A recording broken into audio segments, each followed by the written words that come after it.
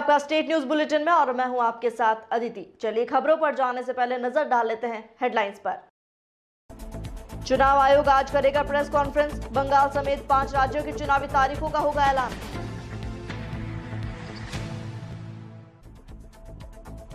हिमाचल विधानसभा में हंगामा, राज्यपाल की गाड़ी को विधायकों ने घेरा।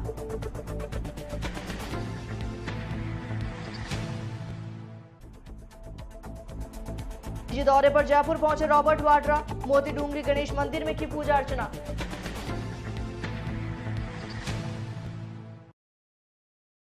अब खबरें विस्तार से। भारत निर्वाचन आयोग आज शुक्रवार को शाम 4:30 बजे विज्ञान भवन में चुनावी राज्यों के संबंध में प्रेस कॉन्फ्रेंस करेगा। चुनाव आयोग 5 विधानसभा राज्यों में चुनाव की तारीखों का ऐलान करेगा। यह प्रेस कॉन्फ्रेंस विज्ञान भवन के हॉल नंबर 5 में होगी। पश्चिम बंगाल, असम, तमिलनाडु, केरल और पुडुचेरी में विधानसभा चुनाव होने वाले हैं। इन राज्यों में चुनावी सरगर्मियां तेज हैं। पहले से ही संभावना जताई जा रही थी कि चुनाव आयोग मार्च के पहले सप्ताह में कार्यक्रम घोषित करेगा। हालांकि चुनाव आयोग ने तेजी दिखाते हुए आज ही चुनाव कार्यक्रम घोषित करने का फैसला किया है। इस प्रेस कॉन्फ्रेंस में चुनावी राज्यों के मीडिया संस्थाओं को खासतौर से आमंत्रित किया गया। हिमाचल विधानसभा के बजट सत्र के पहले दिन ही जमकर हंगामा देखने को मिला। सदन के स्थगन के बाद जैसे ही राज्यपाल गाड़ी में जाने लगे, विपक्ष के विधायकों ने गाड़ी को घेरा। विधानसभा के बजट सत्र के पहले दिन ही जमकर हंगामा देखने को मिला। सत्ता पक्ष और विपक्ष के बीच धक्का मुक्की भी हुई। सुबह 11 बजे राज्यपाल बंडारू दत्तात्रेय ने करीब 16 मिनट तक अभिभाषण पढ़ा। इसके बाद राज्यपाल गाड़ी में जाने लगे तो विपक्ष के विधायकों ने पहले राज्यपाल का घेराव किया, उसके बाद गाड़ी का घेराव किया। गाड़ी को नहीं जाने दिया और गाड़ी के आगे लेट गए। वहीं विपक्ष राज्यपाल के पूरे अभिभाषण पढ़ने की मांग कर रहा था। कांग्रेस महासचिव प्रियंका गांधी के पति रॉबर्ट वाड्रा शुक्रवार को जयपुर पहुंचे। रॉबर्ट वाड्रा ने सुबह मोती डूंगरी गणेश मंदिर में धूप लगाई।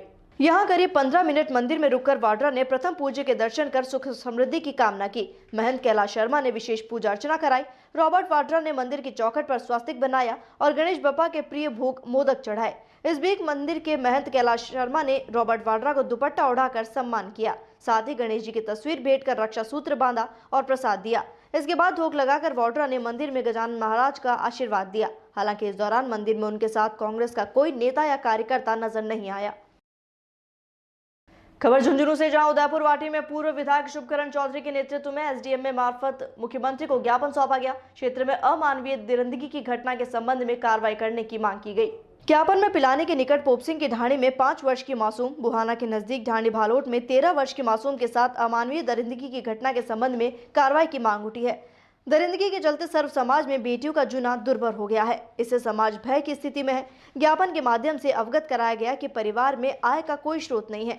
परिवार के एक सदस्य को सरकारी नौकरी दी जाए, आर्थिक मदद करे, पीड़ित बच्चे की आजीवन स्वास्थ्य, शिक्षा और जीवन यापन की जिम्मेदारी ले और आरोपी को जल्द ही फांसी की सजा दी जाए। लगातार मासूमों के साथ बलात्कार किया जा रहा है। रेप पीड़ितों को कोई न्याय मिल नहीं रहा, गिरफ्तारियां सरकार कर नहीं पा रही, भ्रष्टाचार लगातार सरकार फैला रही है। किसी चीज का कोई अंकुश न बलात्कारियों पर है न भ्रष्टाचार पर है। इस नाकाम सरकार के 2 साल गुजरने के बाद भी राजस्थान की जनता के साथ जिस प्रकार का अन्याय हो रहा है, उसके खिलाफ आज भारतीय जनता पार्टी ज्ञापन देने आई है। हम चाहते हैं सरकार के कान खुलें, आंखें खुलें और हमारी आवाज़ उन तक पहुंचे, इसलिए हमने एसडीएम के माध्यम से मुख्यमंत्री और राज्यपाल को ज्ञापन दिया। ऐसी घोषणाएं हुई हैं, ऐसी थोती घोषणाएं करना कांग्रेस सरकार का बिल्कुल नपातुला काम है। ये घोषणाएं पहले भी हो चुकी हैं।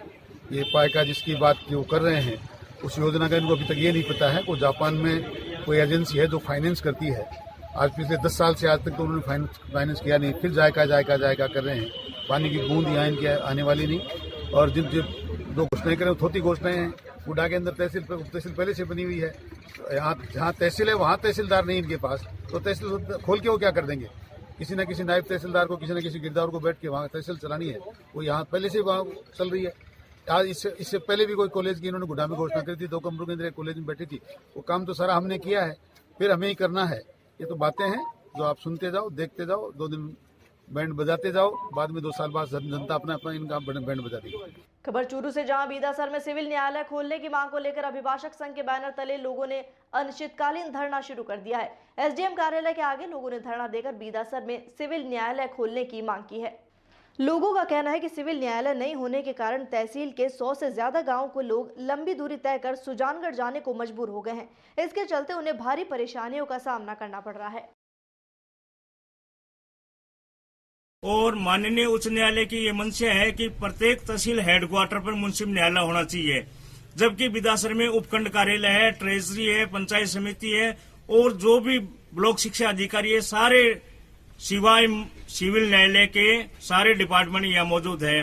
2003 में रतनगढ़ से मुंसिफ न्यायालय विदासर के लिए आया था, लेकिन किसी कारणवश वो सुजानगढ़ ही रह गया। उस वक्त तो सुजानगढ़ में 2 मुंसिफ न्यायालय हो गए। यहाँ की पैरोकारी या अज्ञानता या जानकारी न होने के कारण वो न्यायालय जो 2003 में रतनगढ़ से विदासर के लिए आया था, वो सुजानगढ़ में ही रह गया। आज हमारी जनता की, पूरे क्षेत्रवासियों की ये मांग है। उस मांग को लेकर अभिभाषक विदासर ने तहसील वासियों का सहयोग लेके ये धरना चालू किया है। ये मांग सिर्फ वकीलों की नहीं है, आम जनता की है, क्योंकि हाईकोर्ट भी ये चाहता है कि सुलभ और सस्ता न्याय प्रत्येक व्यक्ति को मिले। अब हमारे क्षेत्र का लास्ट गांव लालगढ़ है, जो 82 किलोमीटर सुजानगढ़ से पड़ता है। अब सुबह का जब न्यायालय होता है 7 बजे का, तो उनको रात को जाना पड़ता है, और धन का व्यय होता है, समय का भी अपव्यय होता है। हमारी यही मांग है कि जल्दी से जल्दी श्रीमान मुख्यमंत्री महोदय हाईकोर्ट से संपर्क करके न्यायाधिपति से ये मांग लेके हमारे यहाँ मुंसिफ कोर्ट खोला जाए, क्योंकि हमारे इस विदासर उपखंड मुख्यालय का क्षेत्र है वो काफी लंबा है और 100 से अधिक है वो गांव मतलब इससे जुड़े हुए हैं तथा 27 ग्राम पंचायतें हैं और 2.5 से 3 लाख के करीब हमारी जो पॉपुलेशन है। तो उनको देखते हुए हमारे उपखंड स्तर पर सिविल न्यायालय की जो ये मांग लंबे समय से चली आ रही है और ये सिविल न्यायालय की हमें आवश्यकता है, और राज्य सरकार इस बिंदु पर ये शिथिलता बरतते हुए हमें इस अधिकार से वंचित रखा गया है। हमारा राजस्थान सरकार से निवेदन है कि वो उच्च न्यायालय जोधपुर से वार्ता कर और हमारे को ये सिविल न्यायालय है वो जल्दी से जल्दी चालू करवाए।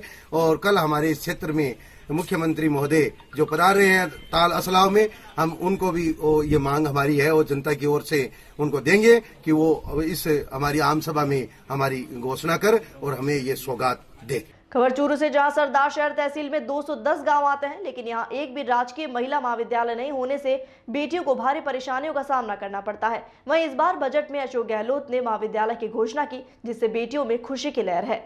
पिछले लंबे समय से शहरवासियों द्वारा महिला महाविद्यालय खोलने की मांग की जा रही थी। इस मांग को लेकर समय समय पर NSUI, SFI, ABVP छात्र संगठनों द्वारा आंदोलन किए गए। तहसील क्षेत्र की बेटियों को ध्यान में रखते हुए स्थानीय विधायक पंडित भंवरलाल शर्मा ने शहर में राजकीय महाविद्यालय खुलवाने के लिए गत वर्ष मुख्यमंत्री अशोक गहलोत को पत्र भी लिखा था। इन सब को ध्यान में रखते हुए प्रदेश के मुखिया अशोक गहलोत ने अपने तीसरे कार्यकाल में सरदार शहर वासियों को बड़ी सौगात दी है। यहाँ राजकीय महाविद्यालय खोलने की स्वीकृति दी है, जिससे क्षेत्र के हजारों बेटियों में खुशी की लहर दौड़ पड़ी।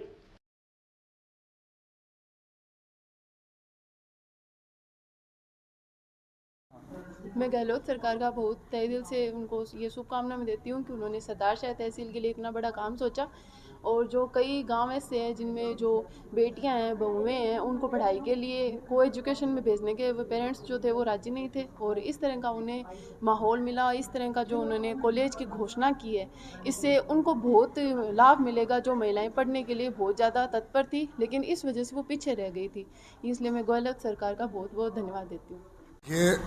ये शहर में सबसे बड़ी महत्व आवश्यकता थी, और यहाँ सिर्फ लड़कियों के स्कूल ही हैं, कॉलेज नहीं थे, और महाविद्यालय की आवश्यकता लोगों को बहुत बहुत दूर तक बच्चियों को पढ़ने के लिए जाना पड़ता था।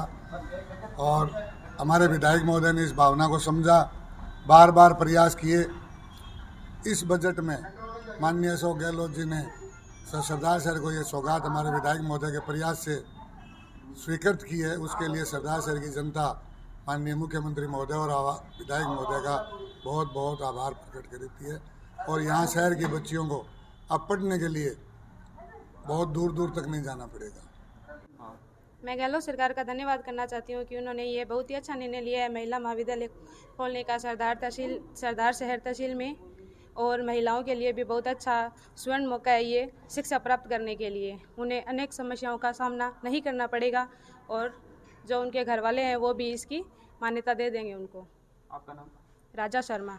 ये सरदार शहर के लिए बहुत बड़ी सौगात है, क्योंकि जो बालिकाएं अवांछित मतलब थी, उनके पेरेंट्स वगैरह उनको भेजना नहीं चाहते थे को एजुकेशन में, तो उनके लिए बहुत ज़्यादा फ़ायदेमंद की चीज़ है। और मैं अशोक गहलोत सरकार का बहुत बड़ा धन्यवाद देना चाहती हूँ कि उन्होंने सरदार शहर तहसील में एक बहुत बड़ा काम किया है। ये बहुत पिछले कई सालों से हम ये चाहते थे कि ये चीज़ हो, लेकिन अब ये हुई है, तो इसके लिए बहुत बहुत बहुत धन्यवाद है उनका। स्वाति वैष्णव। खबर भीलवाड़ा से, जहां ब्रांच पर आयोजित कार्यक्रम में नगर परिषद सभापति राकेश पाठक ने ब्रांच की वेबसाइट लॉन्च की है। सर्वप्रथम शाखा सदस्यों ने नवनिर्वाचित सभापति का माल्यार्पण कर स्वागत किया। इस अवसर पर सभापति ने भीलवाड़ा के विकास में सीए सदस्यों के सहयोग की आवश्यकता बताई। उन्होंने कहा कि भीलवाड़ा में रियल एस्टेट में हो रहे विकास को देखते हुए नियमन अधिनियम अर्थात रेरा एक्ट को समझने और क्रियान्वयन में सीए सदस्यों की महत्वपूर्ण भूमिका है। अध्यक्ष सीए नवीन कोकटा ने बताया कि भीलवाड़ा ब्रांच की वेबसाइट के माध्यम से सदस्यों को शाखा पर आयोजित होने वाले तथागत कार्यक्रमों की विस्तृत जानकारी मिल पाएगी। साथ ही विद्यार्थियों को आर्टिकलशिप की उपलब्धता तथा सीए सदस्यों को उनके लिए उद्योगों और सीए फर्मों में उपलब्ध नौकरियों की जानकारी मिलेगी। आज हमने Bhilwara branch of CIRC of ICAI जो सीए इंस्टीट्यूट भीलवाड़ा कहलाता है, उसकी वेबसाइट लॉन्च करी है। इस मौके पर हमने पाठक जी जो नवनिर्वाचित चेयरमैन हैं भीलवाड़ा की, उनके हाथों से ये लॉन्च कराई गई है और सब मेंबर्स ने, सीनियर मेंबर्स ने उनका स्वागत करा हमारे ब्रांच में भीलवाड़ा में ही। इसके अंदर सिंघवी साहब, अतुल जी, खजांची जी, जवर साहब, नवीन वागेचा जी, शिवजी जवर, सभी सीनियर मेंबर्स उपस्थित थे। ये वेबसाइट में हमें IMAT इंस्टीट्यूट गौतम जी मेहता का पूरा सहयोग रहा। उन्होंने ही ये वेबसाइट को बनाया है और ऑपरेशन में लेंगे। जो सीए इंस्टीट्यूट है उसकी अपनी एकेडमिक पहचान राजस्थान में नहीं, हिंदुस्तान में बहुत ही शानदार है, इससे कोई डिनाई नहीं कर सकता है। ये और बुलंदी बचे है, ऐसी मेरी शुभकामनाएं है। मैं यहाँ आया हूँ तो इस अवसर पर मेरे स्वार्थ की भी मैंने बात की है कि आपका सोशल इन्वॉल्वमेंट होकर भीलवाड़ा शहर के विकास में आपके सहयोग की अपेक्षा है और भीलवाड़ा की स्वच्छता और विकास के अंदर जो मैं जन भागीदारी की बात कर रहा हूँ उसमें आपका इन्वॉल्वमेंट हो और आपके थ्रू जो आपके क्लाइंट्स और आपके दूसरे लोग जो आते हैं उनका इन्वॉल्वमेंट हो, उसका मुझे सहयोग मिले, ऐसी अपील। भीलवाड़ा शहर को हमने जैसे स्वच्छता के लिए प्रोत्साहित करने वाले कला जगत, औद्योगिक क्षेत्र, शिक्षा क्षेत्र, ऐसे 12 व्यक्ति हम डिफाइन कर रहे हैं जिनको हम भीलवाड़ा के, जो हमने सफाई के हिसाब से 12 इस सेक्टर में बांटे हैं, उसमें 12 ब्रांड एम्बेसडर सफाई के बनाएंगे जो लोगों को सफाई के लिए प्रेरित करेंगे। कब तक नाम आने वाले हैं? अभी बहुत प्रारंभिक स्टेज है, 6वां अवस्था, अभी मेरे को 8 दिन हुए हैं शुरू करने को, याद मेरे को सारी बातें। खबर भीलवाड़ा से, जहां राम मंदिर निर्माण के लिए राशि एकत्रित की जा रही है। बालाजी मार्केट स्थित बालाजी मंदिर में बजरंग मंदिर ट्रस्ट द्वारा 2,51,000 का चेक सौंपा गया। ये चेक ट्रस्ट के जगदीश मानसिंह का, अनिल मानसिंह का ने राम जन्मभूमि निधि समर्पण समिति के प्रमुख राधेश्याम सोमानी, राजकुमार मेलाना और प्रशांत अग्रवाल को चेक प्रदान किया। इससे पूर्व भगवान बालाजी की पूजा अर्चना की गई। मंदिर के ट्रस्ट के अध्यक्ष अनिल मानसिंह ने कहा कि भगवान राम के भव्य मंदिर निर्माण के लिए 2,51,000 रुपए का चेक मंदिर ट्रस्ट द्वारा दिया जा रहा है। वहीं बालाजी मंदिर के पुजारी पंडित आशुतोष शर्मा ने कहा कि राम मंदिर निर्माण के लिए सभी को आगे आना चाहिए और सहयोग देना चाहिए। श्री बजरंग मंदिर धर्मार्थ ट्रस्ट की तरफ से 2,51,000 रुपये का चेक, एक तुच्छ सी भेंट जो कि एक सेवक अपने प्रभु को देता है, तो हनुमान जी अपने प्रभु श्री राम की ओर ये भेंट कर रहे हैं। और श्री राम मंदिर का निर्माण हो, जो कि बरसों से, जैसा कि बाबूजी ने बोला, बरसों से ये आकांक्षा थी, हज़ारों वर्षों से, सैकड़ों वर्षों से, आज वो पूरी होने जा रही है। तो उसके अंदर एक छोटी सी तुच्छ भेंट हमारी तरफ से भी ट्रस्ट की तरफ से दी जा रही है।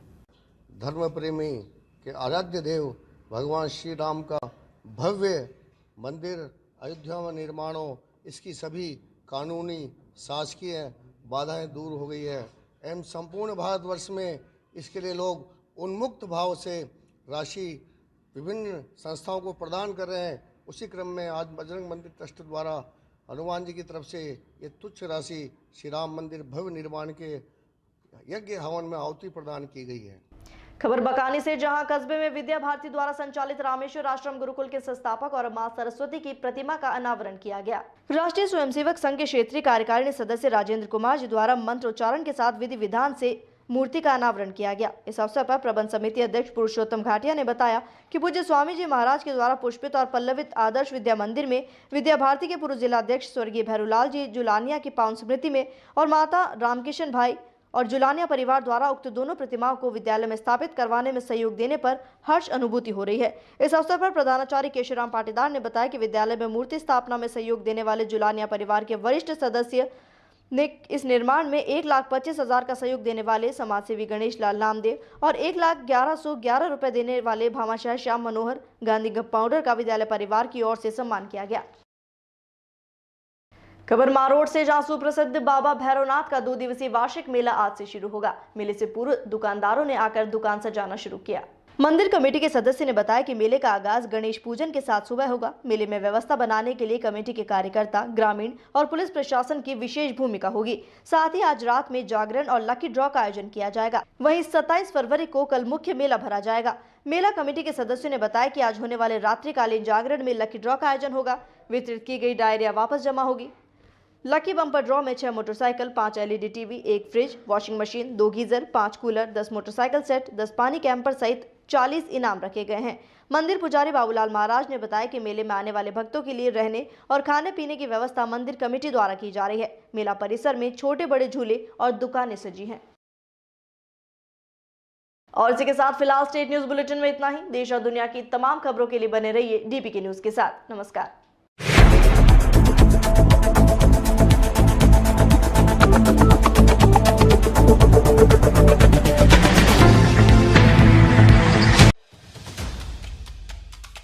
आज इस देश में झूठ का साम्राज्य है। मैं तुम्हारा चैनल